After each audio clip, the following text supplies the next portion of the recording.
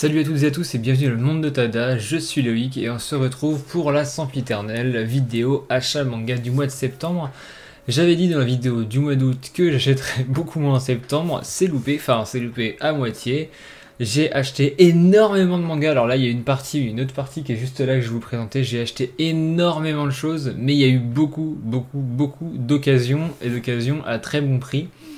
Ce qui fait que finalement j'ai pas dépensé plus que d'habitude, peut-être même un peu moins je pense, qu'au mois d'août par exemple, sachant que le mois d'août il y avait aussi mon anniversaire, donc forcément j'avais dépensé énormément. Là qui est un peu moins que le mois d'août, mais il y a quand même beaucoup de choses différentes, beaucoup de séries différentes et beaucoup de one-shot, beaucoup de tomes un petit peu à part, un petit peu particuliers. Bref, on est parti tout de suite. Donc cette vidéo, vous l'avez vue, est découpée par maison d'édition. J'essaie un petit peu ce nouveau format. Dites-moi si c'est mieux par maison d'édition plutôt que passer les tomes au hasard. Donc par maison d'édition, je vais commencer tout de suite donc par dans l'ordre alphabétique, encore une fois. Générique, pardon. Donc par ordre alphabétique, première maison d'édition, il s'agit de Akata. J'ai commencé Saturn Return de Akane Torikai. Akane Torikai, moi je vais dire Torikai. Akane Torikai, l'ex-femme de l'auteur Inyo Asano, que moi j'apprécie énormément.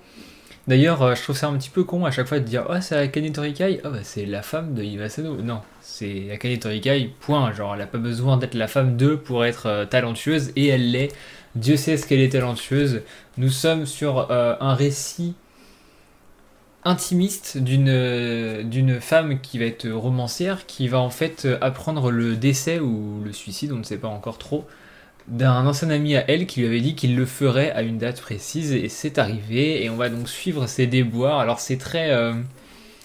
on va suivre son enquête en fait, et la gestion de ce deuil, de comment est-ce qu'il a fait pour en arriver là. Ce tome 1 est un tome qui est excellent, qui est très introductif. Encore une fois, avec l'autrice, on a des planches et des dessins, surtout au niveau des expressions faciales, qui sont magnifiques. Ça se lit extrêmement vite. Et le trait de l'auteur, donc auteur au féminin, auteureux, l'autrice, est excessivement bien fait et retranscrit sur les visages notamment. Alors je ne vais pas vous montrer non plus toutes les planches en termes de visage, mais on a des choses qui sont très inspirées par moments, et je trouve que c'est un très bon début de manga. Je crois que le tome 4 vient de sortir en France, alors je tourne cette vidéo. Et donc là j'ai très hâte en fait de lire la suite de Saturn Return. Ensuite, premier craquage, il s'agit de Dans l'intimité de Marie, tome 1 à 8, le tome 9 va arriver en octobre forcément, mais le tome 1 à 8, alors pourquoi ce craquage? Déjà parce que j'adore Shuzo Oshimi, j'ai lu Les Fleurs du Mal, j'ai lu, vous verrez après, il y a un autre manga de cet auteur que j'ai lu ce mois-ci. J'aime énormément son travail sur la Liane du sang, donc je voulais compléter dans un petit peu cette habitude que j'ai de vouloir compléter toutes les séries du même auteur que j'ai. J'aime beaucoup faire ça d'ailleurs, je trouve que c'est très intéressant. Au lieu de lire des séries, maintenant je préfère lire des auteurs. C'est-à-dire que je vais tester des séries comme tout le monde, bibliothèque ou autre, ou en acheter un petit peu au hasard. Et si je vois que la série m'a plu, je vais regarder ce que l'auteur a fait d'autre, ou l'autrice. Ou l'auteur au féminin, on va dire auteur au féminin, a fait d'autres. Et ça arrive très souvent que dans le cas de Shuzo Oshimi, j'ai envie de lire d'autres choses de cet auteur, Keiji Tsuruta, Atsushi Kaneko, Tsutomu Nie, etc. Bon, Inyo Asano, Akane Torikai aussi maintenant, je suis en train de compléter sa collection. Ceux qui me suivent le savent, et je pense que c'est un peu plus intelligent dans la manière de consommer le manga que de le consommer du point de vue d'un auteur, parce qu'en fait, même s'il y aura des œuvres que j'ai moins aimées, bah finalement je pourrais avoir la vision de l'auteur sur tout ce qu'il a fait, et je trouve ça un peu plus intéressant. D'ailleurs il y a beaucoup de cases de la mangate qui commencent à être remplies par auteur et pas par genre. Avant c'était science-fiction, aventure, etc. Maintenant ça commence à être des cases remplies par auteur, donc à voir où est-ce que ça va me mener. Mais en tout cas, l'intimité de Marie, donc je me suis précipité dessus. Pourquoi? Parce que les tomes 1, 9, 6 je crois ont été réimprimés par Akata, et il y a des tomes qui commencent déjà à être à nouveau en rupture, donc j'ai tout acheté d'un coup. Voilà, j'ai fait une petite entorse au règlement de pas trop acheter l'intégrale. Mais là il me fallait, parce que je pense que avec la crise du papier, etc., des séries comme ça vont être malheureusement en rupture très rapidement. Alors elle est disponible sur manga.io, d'ailleurs je vais bientôt passer au numérique, je vous explique tout ça plus tard dans la vidéo, vous comprendrez. mais je voulais les avoir en physique pour avoir l'étage Shuzo Oshimi qui se trouve un peu plus par là. Ça raconte l'histoire d'un jeune homme, un rebut de la société, geek, qui utilise l'argent de ses parents pour vivre en leur mentant sur sa vie, et qui va un jour échanger de corps avec ce personnage qui est Marie, enfin échanger de corps, qui va se retrouver dans son corps à elle, et on va suivre donc ses aventures, son adaptation de la vie étudiante de la jeune fille, se rendre compte, comme d'habitude avec Shuzo Oshimi, qu'elle n'était peut-être pas aussi exempte de défauts que ce qu'on pourrait imaginer. Et évidemment, vu que lui c'est un gros geek renfermé, être dans la peau d'une fille qui est très populaire, il va se passer pas mal de choses. Comme d'hab avec Oshimi, c'est très rapide, ça se lit extrêmement bien, c'est rapide à lire sans avoir l'impression qu'on a lâché notre argent pour rien. Bref, j'adore beaucoup Shuzo Oshimi, donc n'hésitez pas à lire dans l'intimité de Marie. On passe au dé avec Delcourt Tonkam, la suite de la réédition de Beck, tome 5, réédition qui nous avait été annoncée à un tome par mois jusqu'à la fin. Le tome 7 vient de sortir, je crois que le 8 est prévu dans 3 mois, et le 9 est prévu pour milieu voire fin d'année prochaine, donc on est très loin des 1 tome par mois, voilà. Maintenant, c'était attendu. Ils auraient juste pas dû, enfin je suis désolé Tonkam, mais vous n'auriez juste pas dû communiquer sur le fait qu'il y en aurait un par mois, juste réédition, point barre. En dehors de ça, c'est toujours trop cher pour ce que c'est, mais c'est cool d'avoir Beck à l'heure actuelle dans des éditions doubles, refait avec une charte graphique un petit peu plus de, j'allais dire au goût du jour, même si pas tant que ça. D'ailleurs, pour ceux qui se plaignent de Crunchyroll, pourquoi personne se plaint du logo qu'elle a dans l'encart bleu de couleur, etc. Hein, bref, on vous voit. Donc Beck c'est toujours aussi bien. On commence vraiment à avancer dans l'histoire. Là, on va rentrer dans un moment que moi j'ai beaucoup aimé, donc la prise d'autonomie du personnage principal. Je vous en dis pas plus pourquoi est-ce que je dis ça. C'est toujours aussi cool. Bref, je vous conseille de lire Beck si vous aimez la musique ou même si vous aimez juste le manga tranche de vie bien écrit. On reste dans les dés avec Doki Doki et les petites promeneuses de l'Apocalypse tome 2, toujours aussi bien, un Yashikei assez plaisant à suivre. Il y a quand même pas mal, il y a plus d'action dans les Yashikei normaux que moi j'ai lu avant, beaucoup plus que dans l'escale de Yokohama par exemple. Toujours aucun scénario à l'horizon, mais c'est normal, hein, c'est un Yashikei, voilà, pour ceux qui lisent ce genre de récit, vous savez très bien de quoi je parle.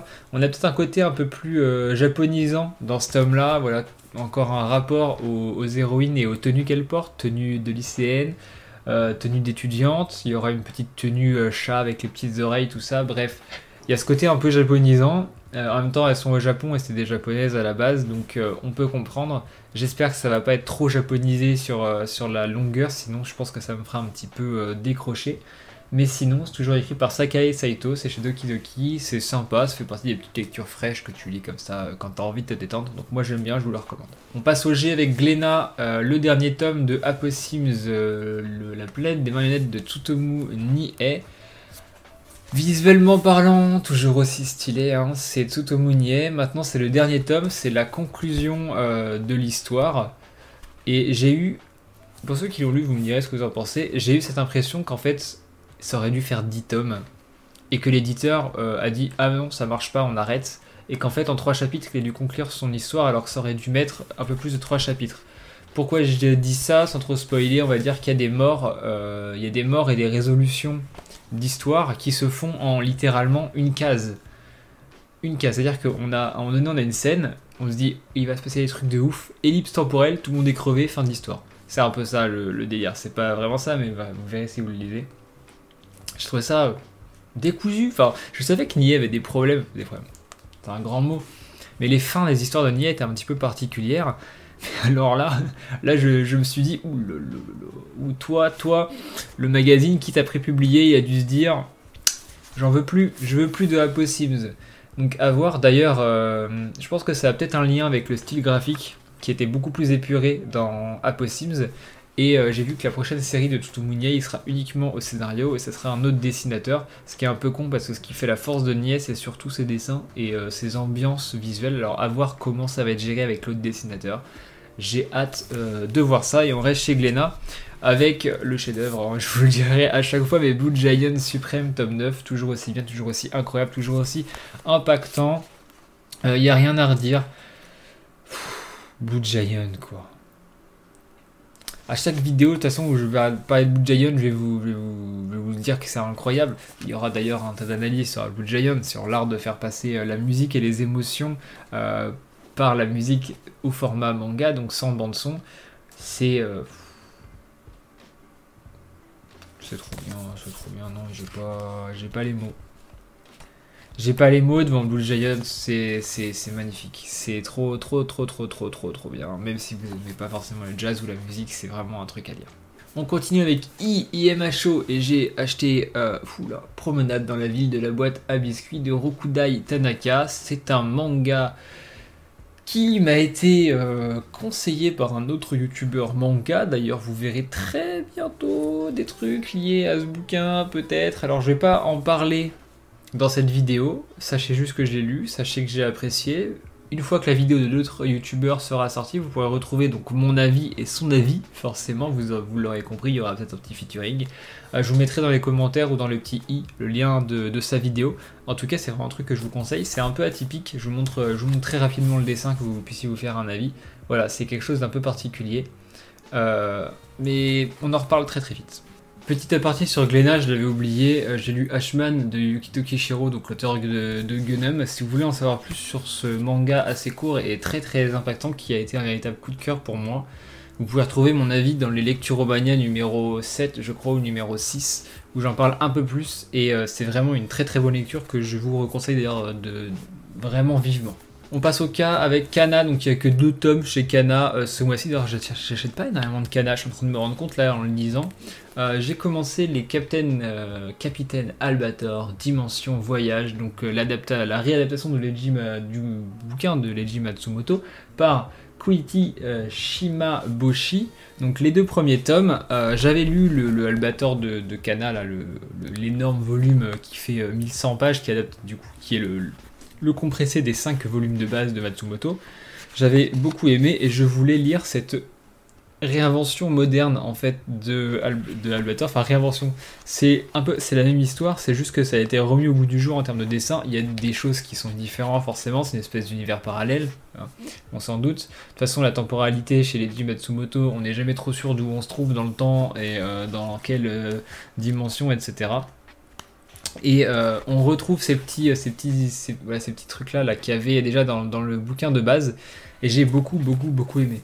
Donc je trouve ça très cool. Je trouve qu'il y a vraiment des choses excessivement belles. D'ailleurs, ouais, cette planche là, non mais waouh, c'est lui, c'est Albator, le corsaire de l'espace. Bref, ça me rappelle ma jeunesse. Alors oui, même si je n'ai pas encore 30 ans, j'ai quand même grandi avec Albator. Merci papa, maman, dirons-nous.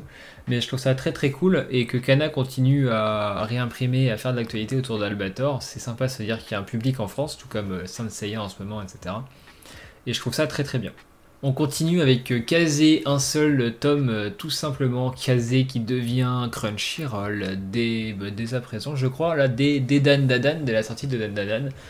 Donc le dernier tome avec ces superbes dos Kazé qui vont finalement pas tant changer que ça, à part qu'ils vont juste harmoniser, en gros ils vont faire des lignes, si vous voulez, il y aura une ligne auteur où tous les auteurs seront sur la même ligne, une ligne numéro où tous les numéros seront alignés, et une ligne nom où tous les noms seront alignés. Après il y aura des dos noirs, des dos de couleur, des dos comme ça avec le dessin qui continuera, et en haut il y aura la petite pastille Crunchyroll qui sera finalement tout aussi grosse que celle-là. J'ai vu qu'il y avait eu débat sur internet pour la nouvelle pastille. Moi je trouve pas qu'elle soit finalement je trouve pas qu'elle prenne trop de place, et puis il faut pas hésiter que sans Crunchyroll vous n'auriez jamais X ou Y manga en France. Donc à un moment donné il faut aussi que l'éditeur puisse mettre son nom quelque part, parce que c'est grâce à lui que vous avez certains mangas, et donc forcément il a une part de mérite dans la publication. Vous allez me dire oui, mais c'est tellement connu les mangas Kazé ou Crunchyroll maintenant, que s'ils n'étaient pas là, quelqu'un d'autre les prendrait à leur place. Peut-être, c'est vrai, peut-être que vous avez raison, mais manque de peau, là, ils sont là, et c'est eux qui les ont. Donc, voilà, comparé à des Glénat, vous voyez derrière, on voit que ça, hein, les trucs verts qui sont beaucoup plus gros, ou même Meian, on voit quasiment que ça aussi, la grosse pastille juste là. Franchement, avoir un petit logo orange en haut, qui finalement est à peine plus gros que celui qu'on avait déjà pour Kazé, c'est juste que maintenant il y a plus marqué Kazé, c'est l'espèce de ronde Crunchyroll. Je trouve pas ça super dérangeant, et avoir tous les numéros, les noms alignés, je trouve même ça peut-être plus harmonieux, peut-être plus droit, plus strict, au moins on reconnaîtra les mangas qu'ils ont. Puis vu qu'ils ont une ligne éditoriale qui est très précise, pour les shonen, on sait que c'est vraiment les bombes du Jump. Pour les shoujo, il y a aussi un archétype un petit peu aventure.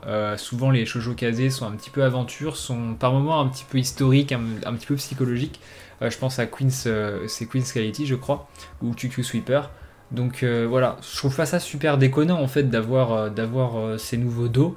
Je trouve que toute la vague de plaintes en permanence qu'il y a à ce niveau-là. Alors ok, les dos noirs c'était pas une bonne idée du tout, il fallait pas le faire. Mais les nouveaux dos où il peut y avoir des illustrations, il y a quand même, il y a quand même des visages ici, je trouve ça sympa. Ça rappelle un petit peu My Hero Academia. Oui, My Hero Academia c'est ça. C'est exactement. Bah, c'est quasiment la même chose, hein. Je vais en prendre un pour vous montrer. Finalement, les nouveaux dos de chez Crunchyroll, ce seront exactement les mêmes que les My Hero Academia. Donc il y aura les noms des auteurs ici, il y aura une illustration qui rappellera le tome ici, il y aura le numéro qui sera aligné, le nom de la série, ou le logo de la série, et en haut, le même logo orange avec quasiment la même taille de logo. Donc si vous crachez sur Crunchyroll, bah crachez aussi sur Kiun. Enfin je veux dire à un moment donné, quand est-ce que ça va s'arrêter quoi? Je veux dire, est-ce que vous voyez vraiment une grosse différence, une grosse gêne quand je fais comme ça? Non, voilà. Le principal de toute façon c'est d'avoir le manga, son contenu, et Kaiju 8 j'ai adoré. De toute façon je l'ai lu, je les lis en chapitres dès qu'ils sortent un jeudi sur deux. Et qu'est-ce que j'aime, je trouve que c'est trop bien. Je trouve que c'est vraiment trop bien, ça me rappelle mon enfance. Voilà, je kiffe, c'est rapide, c'est vif, c'est furieux. Ça bourrine. En termes de scénario, on se prend vraiment pas la tête, c'est straight to the point et ça fait du bien d'avoir des lectures de temps en temps qui sont comme ça. Comme vous l'avez vu avant, j'ai beaucoup de lectures un peu moins shonen, un peu moins aventure, un peu moins bagarre. D'ailleurs, il y a que ça derrière, des lectures qui ne le sont pas. Donc ça fait du bien de temps en temps d'avoir ce genre de lecture, aventure, combat, voilà, on y va à fond, à fond. C'est bien découpé, je trouve que l'auteur au féminin fait du très bon taf. Et c'est cool d'avoir Kaiju en France, voilà. Donc à voir ce que donnera la suite, mais ça annonce que du bon, je pense. On commence les cas, je vous l'avais dit, j'ai acheté donc du Shuzo Chimie avec Shino, ne sait pas dire son nom, qui traite du... Donc c'est un one-shot qui traite du syndrome Beig. Et de son traitement, alors notamment par la musique.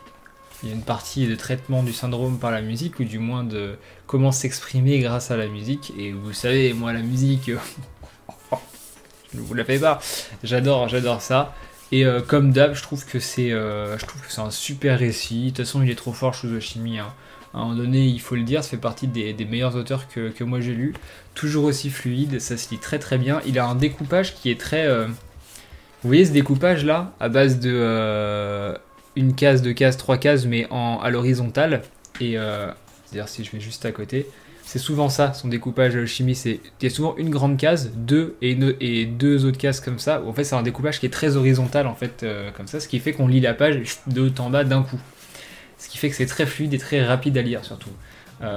Notre œil ne fait pas des zigzags, il descend d'un coup net, enfin il descend, il va à l'autre, il descend, il fait un N en fait si vous voulez.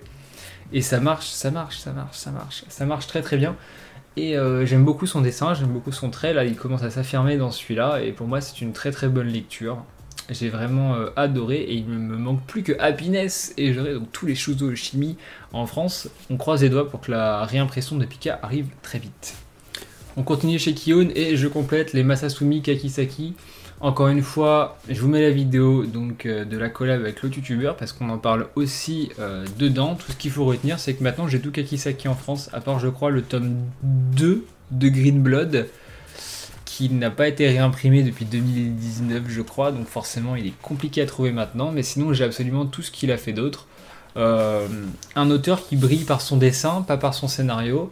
Dans celui-là, j'ai peut-être un peu plus aimé le scénario que dans les autres bouquins qu'il a fait, mais en fait c'est tellement beau, c'est tellement bien dessiné, c'est cool en fait, c'est vraiment un style graphique qui est ultra particulier, qui est très atypique, Kakizaki. Et franchement, ouais, même si le scénario est un peu moins bien, ça fait partie des très rares auteurs où je les lis parce que le dessin en fait, c'est un petit peu comme l'Enrico Marini pour ceux qui lisent de la BD et du comics. Marini c'est pareil, et je trouve que cette histoire, ça va, bah, comme Kakizaki. Par contre son dessin, Oh, il est fort, il est doué le bougre. Et ben Kakisaki, c'est exactement pareil. Son scénario, je souffle un peu. Par contre, son dessin, voilà, ça met une, comme diraient les jeunes, et je suis jeune, ça met une giga torpille à tous les autres auteurs. Voilà, je trouve que son dessin est vraiment, vraiment très très fort. Alors c'est peut-être pas mon dessinateur préféré vu qu'il y a Nier qui existe, hein. Pour moi je parle toujours de mon avis, hein. Ne vous fâchez pas si votre auteur préféré, je trouve que son dessin est moins bon qu'Akisaki, c'est mon avis encore une fois, mais je trouve qu'il a vraiment un style qui est excellentissime. Petit Kiun Originals, j'ai commencé Tsugumi Project, j'ai pris les 3 premiers tomes de ce petit récit post-apocalyptique, un petit peu SF, un petit peu survie, avec, alors c'est un récit qui pour moi brille par ses décors. Ce genre de planche, voilà, vous voyez. Je pense que si je prends une autre page au hasard, ce qui est le cas, j'ai pris une autre page au hasard, c'est magnifique. L'auteur, donc Ipatu, est très très très très doué pour les décors. On a un scénario qui est un petit peu bateau pour le moment, je dis bien pour le moment, c'est 7 tomes, donc je suppose qu'à la fin ça va accélérer de fou. On a beaucoup de mystères, on sait pas trop où on est, donc en fait c'est une... Ce personnage-là va être envoyé au Japon, alors je sais plus c'est quelle ville, dans un Japon post-apocalyptique pour récupérer quelque chose qui s'appelle Tsugumi Project. Et il va devoir survivre et ensuite l'armée va venir le récupérer et le sortir de là. Il doit survivre un certain nombre de jours dans ce Japon désolé. Et en fait, il se rend compte que le Japon est habité par des espèces de singes mutants slash humains, humanoïdes, on ne sait pas trop. Et par cette petite bestiole-là qui s'appelle Tsugumi. Et on va les suivre. Donc il va rencontrer un deuxième personnage, etc. Encore une fois, une page au hasard, regardez les décors, magnifique. Et on va voir, c'est à la croisée d'un Yashikei et d'un... Enfin, c'est de la tranche de vie post-apocalyptique. Finalement, il se passe pas énormément de choses, il n'y a pas énormément d'action. C'est des personnages qui littéralement marchent d'un point A à un point B. Un abonné ou une abonnée, je sais pas, m'a dit qu'elle trouvait que le scénario était vraiment vraiment nul et du coup qu'il avait ou elle avait revendu les tomes, mais à côté des scénarios comme The Last of Us qui sont exactement la même chose, ça plaît. Donc je me dis bon, voilà, moi je trouve ça cool, j'attends de voir vraiment où ça va nous mener dans la suite. Je me fais pas trop de soucis là-dessus. Vu que les bases sont posées, l'univers est posé, il y a quand même beaucoup de mystères et je pense qu'on va commencer à rentrer dans la résolution des mystères petit à petit pour arriver jusqu'au final. Je m'attends pas à un truc de fou, mais juste pour les décors, franchement, juste pour les décors, jetez-y un coup d'œil. Et puis c'est une création originale et c'est important de soutenir les créations originales parce que c'est grâce à ça qu'on a des mangas originaux qui sortent des magazines, qui sortent des carcans en fait de ce qu'on a l'habitude de lire. Donc il faut soutenir les créateurs originales comme il faut soutenir les mangas français. Alors il n'y en a pas là, mais soutenez les mangas français quand ça sort. Lisez-les sur Manga.io, sur Isneo, lisez les chapitres, achetez-les. Je pense au Nera, au Talento 7 récemment, Reaper, etc.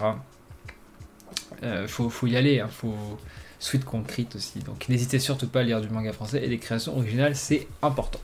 Toujours chez Kiun, j'ai acheté le Moloss, voilà, fan de la collection de Kiun, des chefs-d'œuvre de Lovecraft, toujours aussi bien, toujours aussi incroyable. C'était sa première œuvre, donc on est peut-être un petit peu moins dans l'univers très ancré de malaise qu'il a pu retranscrire ensuite, mais c'est toujours aussi bon et franchement je me suis régalé à lire ces 3 histoires. Donc il y a 3 histoires, il y a le Moloss, le Temple et la Cité sans nom. Je me suis vraiment régalé. Voilà, je vous montre les petites images de la cité de loin. Vous la regarderez vous de votre côté. L'édition est toujours aussi impeccable. Est-ce que j'ose le dire? L'édition est parfaite. Voilà. Ce n'est pas une parfaite édition, mais pour moi, c'est ce qu'on appelle une perfecte édition. C'est souple, ça se lit extrêmement bien. Le toucher du cuir, il est incroyable. Le papier, il est blanc comme pas possible. Les noirs sont très noirs. Je pense que c'est des bouquins qui vont durer dans le temps. C'est une collection qui est d'une qualité irréprochable. Et qui sont pas très chers. Ça, c'est 15 €. Ça, c'est le même prix que le bec de chez Delcourt Tonkam qu'on a vu avant. Alors, faut soutenir Kiun. Et j'en parlais juste avant les créations originales. J'ai acheté le tome 2 de Léviathan. Une boucherie sans nom. On perd le côté intéressant, je trouve qu'on perd le côté intéressant qu'il y a dans le premier tome. Je pensais vraiment pas qu'on allait rentrer à ce point-là dans du Battle Royale. Je pensais qu'on allait rester dans l'espèce de mystère de savoir si ça se trouve les gens qui viennent dans le vaisseau, ils cherchent autre chose que les gamins, tu vois. Je me dis, il y a peut-être un truc en plus, un truc un peu politique, machin. Non, non, pas du tout. Battle Royale, on y va, ça dézingue de l'étudiant, en veux-tu, en voilà. C'est ultra gore. Je trouve par contre que le style de l'auteur a un petit peu changé. D'ailleurs, il a dit, mon style a évolué entre le tome 1 et le tome 2. Je préférais le tome 1. Je trouvais que en termes de style graphique, c'était peut-être un peu mieux. Là, c'est un peu moins léché, c'est peut-être un peu plus... Je sais pas si on peut dire brouillon, mais c'est un peu différent. En tout cas, Léviathan, c'est vraiment cool. Et encore une fois, il faut soutenir les créations originales, hein. Voilà, je me répète, mais soutenez les créations originales. Comme il faut soutenir les collections un petit peu alternatives de chez Kiun, la collection Latitude. Pandemonium, ici, tome 1 et 2. Alors, Pandemonium, on est à la croisée, pour moi, entre le manga, le manhwa et la bande dessinée.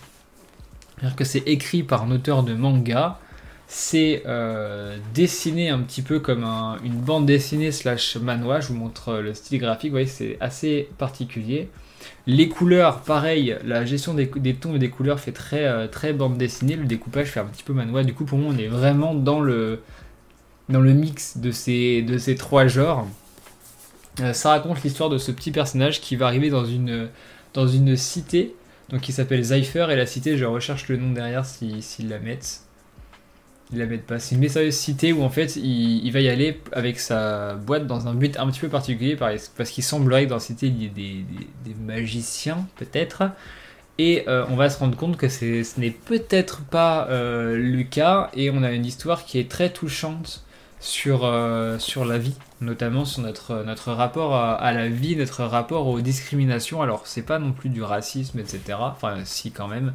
Mais notre rapport à comment on voit l'autre et à la différence, comment la différence peut rapprocher certaines personnes et peut éloigner certains peuples. Et j'ai trouvé ça très très bien, avec une conclusion qui est cool et qui ne conclut pas tout. Il y a encore une très très grosse part de mystère en fait quand on lit la conclusion de Pandemonium. Et ça j'aime bien, il y a un petit côté mythologique dont on n'aura jamais la solution. C'est écrit par Sho Shibamoto, ça m'a été recommandé par un abonné, je crois. Et j'ai bien aimé, voilà. Et ça m'a pas coûté grand chose, que c'était il y a beaucoup d'occasions depuis tout à l'heure, mais ça faisait partie du coup des récits d'occasion. J'ai beaucoup aimé Pandemonium, donc si jamais vous voulez trouver d'occasion, essayez-le. J'ai continué les latitudes avec Goggles de Tetsuhida Toyoda, un recueil d'histoires courtes de l'auteur pour différents magazines qui pour moi est oubliable. L'histoire courte Goggles et son préquel Aller voir la mer sont deux très bons, sont assez sympas en fait. J'ai beaucoup aimé ces deux histoires là. Par contre les autres, j'ai trouvé ça anecdotique et oubliable au possible. Donc on a plusieurs histoires d'un auteur qui a l'air, de la façon dont on s'est dit, qui a l'air réputé au Japon. Peut-être que c'est le Tanto, le sensei de quelqu'un de connu, je ne sais pas. En tout cas il m'avait l'air plutôt réputé, mais j'ai trouvé ça un peu... mais finalement ça rejoint les critiques d'Undercurrent que j'avais vu, parce que c'est le même auteur que Undercurrent, que j'avais vu chez Authentique et sur Instagram chez Mangamibu, qui avait dit que le bouquin avait fait beaucoup de bruit et que finalement une fois lu c'était peut-être pas si exceptionnel que ça. Bah, c'est exactement pareil pour Goggles. Je trouve que c'est un bon bouquin, mais c'est pas si exceptionnel que ça. Ça m'a un petit peu rappelé la lecture que j'avais faite de Fossiles des rêves de Satoshi Kon.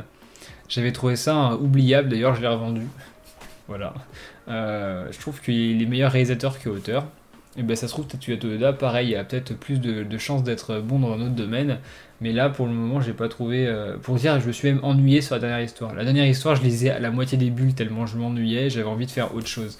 C'est-à-dire que pour un recueil d'histoires courtes, avoir des bulles et une espèce de découpage aussi contraint que ça, où finalement on voit très peu de choses, il y a énormément de bulles. Là, vous vous dites, ouais, Loïc, mais t'exagères. Ah non, j'exagère pas. Vous voyez, c'est ça sur toute l'histoire. J'étais en mode, bah, il fallait écrire une nouvelle, quoi. Dessine pas par-dessus. Mets pas ça dans cette collection Latitude. C'est une collection qui est faite pour voir des dessins, des planches. Je pense à Bright Stories notamment, des histoires très particulières. Et là non. Ça aurait fait un très bon recueil casé à la Fujimoto, en petit format, pas trop cher. Mais là, en grand format comme ça, je suis pas convaincu, donc ça, je vous le recommande pas, ou alors si vous aimez l'auteur, mais moi, dans mon cas, j'ai pas trop apprécié. On continue avec les cas, avec Kurokawa, les héros de la galaxie, tome 16, j'en parle dans le Lecturomania, excellent tome, comme d'habitude, bref, j'en parle dans le Lecturomania, vous pouvez regarder Lecturomania, tout comme Spy Family, tome 9, j'en parle aussi dans le Lecturomania, un excellent tome, je me suis vraiment marré dans ce tome-là aussi. J'adore Spy Family, je trouve ça toujours aussi frais, toujours aussi cool, je comprends le succès de l'œuvre, et j'ai bientôt fini, d'ailleurs je crois qu'il en manque un, je crois, de compléter Yotsuba que j'ai déjà lu à la médiathèque. Donc Yotsuba, c'est mon gros coup de cœur de la vie. C'est un des meilleurs mangas que j'ai lu de la vie, de ma vie. C'est un manga incroyable sur l'histoire d'une petite fille de 5 ans qui va découvrir et s'émerveiller des choses du quotidien, aller faire les courses, dessiner, aller ramasser des cailloux, je ne sais pas, faire de la balançoire. Et c'est excessivement drôle, c'est super touchant. Et Yotsuba, c'est vraiment trop cool. On rentre maintenant dans les L avec le Lézard Noir, le monde selon Setchan. Je crois que j'en ai parlé, mais je ne suis pas sûr. Un récit sur 2 étudiants tokyoïdes durant des manifestations étudiantes et des petits actes de terrorisme un petit peu aussi. Un dessin très bien qui rappellera, ça m'a été conseillé, Pink de Kyoko Kakisaki, que j'ai lu aussi. C'est un bouquin que j'ai lu une première fois, où j'ai été un petit peu décontenancé. Je suis arrivé à la fin, je me suis dit, tiens, je sais pas trop ce que j'ai lu, est-ce que ça m'a plu, est-ce que ça m'a pas plu, et dans le doute je l'ai relu une seconde fois après avoir lu Pink, donc à peu près 10 jours plus tard, et là je me suis dit ok en fait non si ça m'avait plu, c'est juste que j'arrivais pas à mettre un mot sur le sentiment que j'avais eu. J'ai trouvé ça très bien, donc on suit ce personnage de Setchan qui dans cette société qui est en plein bouleversement, n'en a absolument rien à faire et vit pour le plaisir du sexe sans lendemain. C'était bien, c'est écrit par Tomoko Oshima, c'était très bien, j'ai beaucoup apprécié. Le dessin est très simple, mais justement je trouve que ça renforce le côté à part que peut avoir Setchan, un petit peu, pas sans émotion, mais sans envie dans cette société, juste elle est là, elle est libre, elle fait ce qu'elle veut, et elle ce qui l'intéresse c'est le sexe, c'est le plaisir, avant de faire d'autres choses. Là où Pink traitait par contre vraiment d'une... je sais pas si on peut dire, oui, une prostituée du soir, donc elle était dans Pink, l'héroïne est employée de bureau la journée et prostituée le soir. Et là, on traite plutôt d'une personne qui juste aime le sexe, qui va rencontrer ce garçon-là, et en fait ils vont tous les deux un petit peu vivre une petite vie tranquille, découvrir certains plaisirs. Et j'ai beaucoup aimé, ça c'est une grosse recommandation. Je pense que c'est un truc à lire une fois dans sa vie, quand on arrive un petit peu à l'âge adulte et qu'on a des lectures un peu différentes des trucs d'aventure qu'on peut avoir avant. Alors c'est un peu sociétal, et pour le coup, avec tout ce qui se passe en ce moment, je trouve que c'est intéressant d'avoir ce point de vue-là en fait sur ce qui se passe sur la société. On continue toujours avec les arts noirs, le jour du typhon. Il me reste plus que Tokyo Renmoro et j'ai lu l'intégralité des Keigo Shinzo en France, donc je commence à les acheter maintenant parce que la plupart sont à la médiathèque. Je commence à les acheter, donc ça c'est un recueil d'histoires courtes de sa jeunesse. D'ailleurs on le voit dans les différentes histoires, plus on avance dans le manga, plus son style graphique devient ce qu'il est actuellement. Vous voyez que la différence entre la planche d'avant et celle-là, elle est notifiable parce qu'en fait il a trouvé son style durant ces petites histoires. Je trouvais ça très cool. Alors c'est pas celui que je recommanderais à ceux qui n'ont jamais lu Keigo Shinzo. Si vous voulez commencer avec des histoires courtes de Keigo Shinzo, je vous conseille plutôt Holiday Junction que Le Jour du Typhon, qui est peut-être un peu plus particulier, où là ça s'adresse vraiment à ceux qui en ont déjà lu et qui ont envie d'en découvrir plus sur l'auteur. Maintenant, rentrer dans l'auteur par celui-là, je suis pas persuadé. Moi j'ai beaucoup aimé, j'adore cet auteur. Ce qui est marrant avec cet auteur, j'en parlais avec un pote qui lit aussi, c'est qu'on a l'impression que tout fonctionne toujours par deux. C'est toujours deux personnages. Il y a toujours une espèce de maître et une espèce d'apprenti, ou une espèce ou une personne qui va suivre quelqu'un pour essayer de devenir comme elle ou la dépasser, etc. Il y a toujours ce rapport de deux personnes, une qui va avoir plus d'expérience et une qui va être plus novice. Et c'est ça, encore une fois, là-dedans, et je trouve que ces histoires sont très cool. C'est toujours ces binômes, en fait, qui apportent chacun à l'autre quelque chose. Et je trouve qu'il a vraiment un don pour ça, Keigo Shinzo, pour décrire les relations entre deux personnes qui ont chacune des compétences que l'autre n'a pas forcément et qui vont s'attirer. On reste chez les arts noirs, j'ai commencé Box, le tome 1 de Daijiro Morohoshi, un manga qui a été écrit en 2016, donc c'est assez récent, malgré le trait qui, je vais vous le montrer, fait très années 70, Voilà, années 70, années 80. D'ailleurs, je crois que l'histoire se passe en 74, 75, je sais plus. On suit, alors c'est un récit qui est vraiment trop bien. En fait, on va suivre des personnages qui vont recevoir une lettre avec une énigme dessus à résoudre, que ce soit un Rubik's Cube, que ce soit retrouver un bâtiment dans une ville, ils vont recevoir une énigme. Toutes les énigmes vont les mener à une boîte, à une box, une espèce de bâtiment carré, cubique. Et en fait, c'est un petit peu paranormal tout ça. Et dedans, ils vont devoir résoudre justement des énigmes pour avancer et pour peut-être s'en sortir ou pas. Et il y a une petite gamine qui supervise le tout.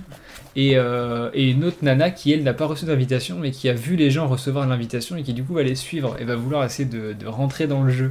Et je trouve ça marrant parce que ça peut rappeler un petit peu ce film qui s'appelait Cube, qui était sorti. Ça peut rappeler aussi The Box, le film, ou même The Game. Alors, c'était le film j'ai oublié l'acteur principal, mais pour son anniversaire, il y a tout un jeu qui est fait pour lui. En fait, il y a des choses qui nous paraissent totalement paranormales. Et ça m'a rappelé ça, en fait. Et du coup, j'ai trouvé ça très cool, l'inspiration un petit peu cinéma, un petit peu de genre de ces années-là. Et c'est très sympa, il y a beaucoup de paranormal, donc je sais pas où ça va aller, c'est en 3 tomes. Mais en tout cas, j'ai beaucoup aimé ce bouquin. Mais moi, je m'y suis pris à essayer de résoudre les énigmes. J'étais en mode, mais attends, mais là, il y a des énigmes où en fait, il faut peut-être plier des pages. Et j'étais en mode, est-ce que je scannerai pas ma page pour le plier et essayer de le faire à côté, voir si ça le fait vraiment. Et ça le fait vraiment. Et bref, c'est trop cool. Donc lisez The Box, surtout qu'il y aura 3 tomes, donc c'est sympa. On passe à Nobi. J'ai fini Star Wars, on en a parlé dans le dernier Lecturomania, je crois.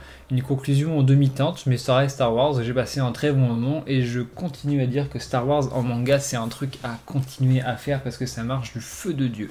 Et ce qui marche du feu de Dieu, c'est Blissful End, un Yashikei au Tibet qui marche toujours aussi bien avec un dessin toujours aussi simple, envoûtant et... Oh j'aime bien Blissful End, c'est vraiment ma lecture détente, je trouve ça vraiment excellent. Donc moi je recommande vraiment beaucoup Blissful End. On passe maintenant au gros morceau chez Pika d'occasion. J'ai acheté du tome 3 au tome 15 de Eden Zero. J'avais commencé à lire les chapitres sur Isneo je crois. Je me suis pris à me dire putain faut que je lise la suite et au pire si ça me plaît pas je pourrais les revendre alors que sur Isneo si ça me plaît pas bah, je vais pas pouvoir les revendre. Donc je les ai achetés d'occasion, j'ai eu une petite affaire tranquille. C'est du Mashima, donc c'est sympa, il y a quelques trucs cool. Maintenant en fait j'en peux plus, genre je suis arrivé au tome 15, j'en avais marre de voir des seins et des fesses toutes les 2 pages. Je le savais en commençant que ça allait être ça parce que c'est Mashima. Mais là c'est trop. D'ailleurs si vous êtes intéressé par ces 13 tomes, je les revends. Voilà, donc n'hésitez pas à venir sur les réseaux, etc. pour me demander, mais je revends ces 13 tomes. Ils sont tous dans un très bon état, enfin bref. Et je pensais aimer, en fait, vu que c'est de la science-fiction, on a ce genre de planches qui sont quand même sympas, c'est du Mashima. Mais vous voyez que si je change une page au hasard, je reviens là il y a un plan vu de dessus sur les seins, je retourne une au hasard, là il n'y a rien. Ah, quoique si, là il y a des fesses, je retourne une au hasard. Cette fois-ci, il n'y a rien, c'est moins notifié. Je retourne une au hasard. Là, pareil, on voit la nana qui est là. Enfin, c'est ça à chaque fois, les planches interchapitres, pareil. C'est qu'à un moment donné, on me dit oui, mais c'est du fan service, c'est pas du ecchi. Non, si, c'est du ecchi, c'est du brick, je suis désolé. Hein, faut se calmer. Surtout qu'il y a 2 mecs pour 6 meufs. Enfin, bref, voilà. C'est mon avis sur Eden Zero. Maintenant, le scénario était plutôt cool. Mais arrivé au tome 15, j'ai eu l'impression que finalement il s'est pas passé énormément de choses. On a un scénario un petit peu à la One Piece, on est sur une planète, un grand méchant, libération du peuple, combat contre le méchant, on part de la planète. Sauf que One Piece ça dure 15 tomes, là ça a au moins la décence de durer que 2 tomes, donc au moins on s'emmerde pas, ça avance droit. Donc voilà, je pense que j'irai la suite sur Isneo pour le coup, parce que j'ai pas trop d'intérêt à continuer à les acheter. Si ça vous intéresse, n'hésitez pas à venir en message privé. On continue chez Pika avec Space Brothers tome 40, c'est un chef-d'œuvre, c'est la meilleure série de tous les temps. Il n'y a rien à redire, ce tome il est exceptionnel. Ceux qui l'ont lu, vous comprendrez pourquoi il est exceptionnel. Rien que le yo. Aïe, rien que d'y repenser, ça me fout. Là, c'était trop bien. J'étais vraiment comme un petit fou en lisant ce tome. Quel tome de dingue. Space Brothers, je sais que beaucoup ont commencé grâce à moi, mais j'espère que vous ne regrettez pas. Ceux qui ont commencé Space Brothers grâce à moi, est-ce que vous regrettez? Non, vous ne regrettez pas. Je le sais parce que c'est une série qui est exceptionnelle. Voilà, je vais arrêter de trop en parler parce que de toute façon, il y a le tas d'analyse sur Space Brothers qui arrive très bientôt. Et on va finir les mangas avec avec Globule, une vie de jeune lapin, et Globule, une vie de lapin. Voilà, j'ai un lapin domestique, j'ai vu ce manga et je me suis dit, oh, il faut absolument que je l'achète. C'est du, je crois que c'est Yankonwa, que ça s'appelle Yokonwa. C'est des petits sketchs en 4 cases sur la vie d'un lapin domestique. C'est trop mignon, lololo, on dirait une petite mimi d'amour. C'est vraiment, c'est trop bien, puis ça me rappelle mon lapin, d'ailleurs je lisais les tomes, elle était sur moi à regarder les images avec moi. Donc comme quoi c'est trop bien, en plus ça coûte que 6,90 €. C'est pour tous les âges, tout le monde, même les plus petits ils vont kiffer en fait. Voilà, c'était le petite lecture détente. C'est parti d'un délire sur les podcasts de case en case, vous pouvez me suivre. Et voilà, la détente quoi. La détente, et c'est ça qu'on voit. D'ailleurs, si vous voulez continuer à me suivre, donc de case en case, je parle toujours de plus de mangas dans ce podcast, et j'ai ouvert d'ailleurs un Patreon. Si vous voulez me soutenir, je sais que des abonnés m'ont demandé si vous voulez me soutenir financièrement. Vous pouvez, le Patreon est ouvert, il y aura des contreparties qui vont arriver, etc. Ça marche par principe d'abonnement, donc vous pouvez donner 1 € comme vous pouvez en donner beaucoup plus. Mais moi déjà ça me soutient, ça m'évite de mettre des pubs, etc. sur la chaîne, sur les podcasts, que je ne veux pas faire. Ça me permettra de racheter une caméra, parce que celle-là c'est mon téléphone en fait, et je filme à l'arrache. Ça me permettra de faire pas mal de choses différentes, et puis c'est toujours du soutien, donc c'est très très cool. Donc merci à ceux qui prendront le temps d'aller voir la page, et peut-être de donner. Donc merci à vous par avance. On va quand même parler rapidement des comics, que j'ai acheté quelques comics, et j'ai acheté Killing Joke. Il fallait que je le lise, je l'ai lu, j'ai pas trop aimé, voilà, je comprends pas pourquoi c'est aussi réputé. Maintenant c'est mon avis, je passe rapidement dessus. Hein. J'ai lu Flashpoint, par contre ça j'ai beaucoup aimé, c'était très très cool, c'est la petite collection, c'est la collection des Urban en mode manga un peu, j'ai trouvé ça très très sympa. J'ai beaucoup aimé ces récits-là, 5,80 €, donc c'est plutôt cool, Je trouve que c'est une très bonne chose qu'Urban ait sorti ça. On m'a ensuite offert, oui c'est un cadeau, les 2 premiers Crimson Reign de la trilogie, donc c'est Bounty Hunter, Crimson Reign, Hidden Empire. Donc là c'est la partie 2 de ce triptyque, donc Bounty Hunter 4 tomes, Crimson Reign 5 tomes, pardon, Bounty Hunter Crimson en fera 4 et Hidden Empire en fera 4 aussi, ou 3 je sais plus. C'est un crossover énorme entre toutes les séries de Star Wars en ce moment, donc ça se déroule entre l'épisode 3 et l'épisode 4, c'est... Poilala, moi j'aime trop, c'est trop bien, c'est vraiment exceptionnel, je trouve ça vraiment trop bien. Franchement, après c'est scénarisé en partie par Charles Soule, etc. et j'adore Charles Soule, mais c'est excellentissime, et on a Kira, quel personnage Kira, oui, quel personnage, oui. On continue avec Star Wars Legend Empire tome 2, donc l'adaptation la réédition des Dark Times, j'ai pas du tout aimé, voilà, pourtant je suis très bon client sur Star Wars, mais là j'ai trouvé ça long, chiant, et sans vraiment de but précis, je pense que je suis pas le cœur de cible, voilà, c'est mon avis encore une fois, mais ça j'ai pas trop aimé. Donc je les garde pour la collection parce que c'est Star Wars, mais sinon moi je sais pas... Par contre ça j'ai aimé, ça j'ai beaucoup aimé, ça les Haute République, tome 3 c'était très bien. On quitte un petit peu la saga Skywalker et ça fait plaisir de voir autre chose que des Jedi de chez Skywalker.